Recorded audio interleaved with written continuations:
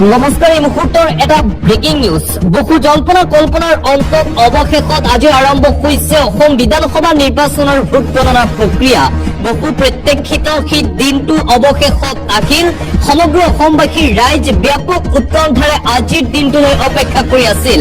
আজি ৰাতিপুৱা 8 বজাত আৰম্ভ অসম বিধানসভা নিৰ্বাচনৰ 2026ৰ ভোট গণনা প্ৰক্ৰিয়া।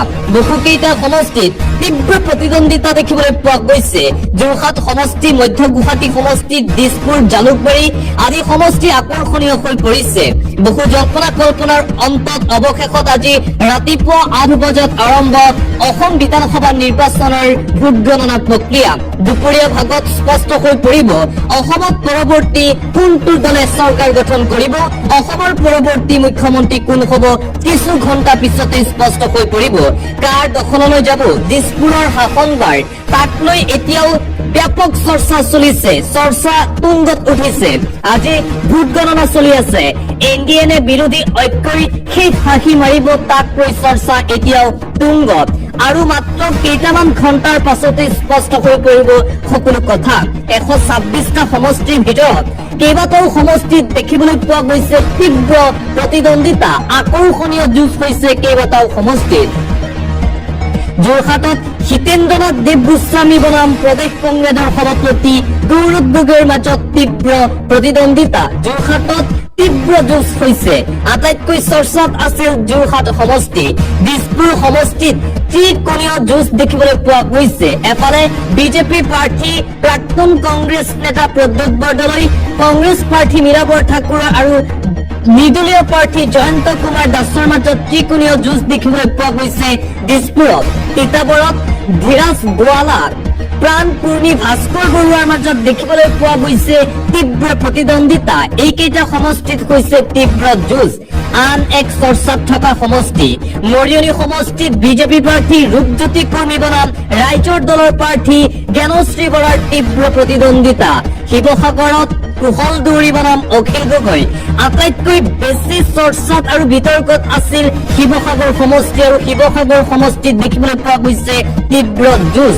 খোৱাং সমষ্টিত চক্ৰধৰ গগৈ বনাম অসম জাতীয় পৰিষদৰ সভাপতি লুৰিণজ্যোতি গগৈৰ মাজত তীব্ৰ যুঁজ।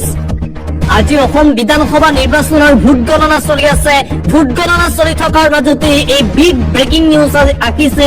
কেইবাটাও সমষ্টিত দেখিবলৈ পোৱা গৈছে তীব্ৰ প্ৰতিদ্বন্দ্বিতা।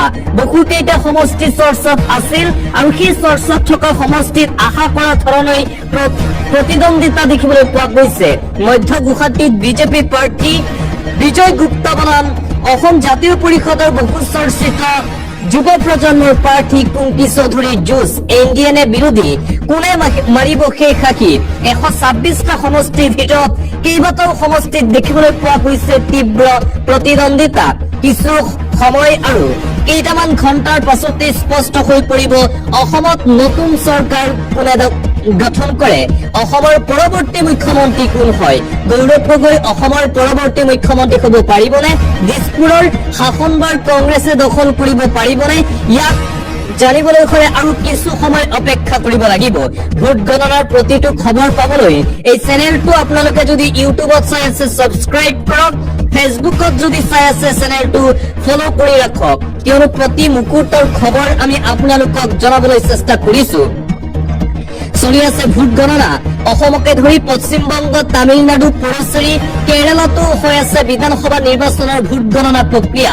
কিন্তু তাৰ মাজতেই অসম আৰু পশ্চিমবংগ এইবাৰ আকৰ্ষণীয় হৈ আছে সমগ্ৰ ভাৰতৰ ৰাজনীতিত। কোনে পশ্চিমবংগত চৰকাৰ গঠন কৰে সেয়াও স্পষ্ট হ'ব আজিৰ দিনটোত। আৰু মাত্ৰ কিছু সময়ৰ অপেক্ষা, তাৰ পিছতেই স্পষ্ট হৈ পৰিব সকলো কথা।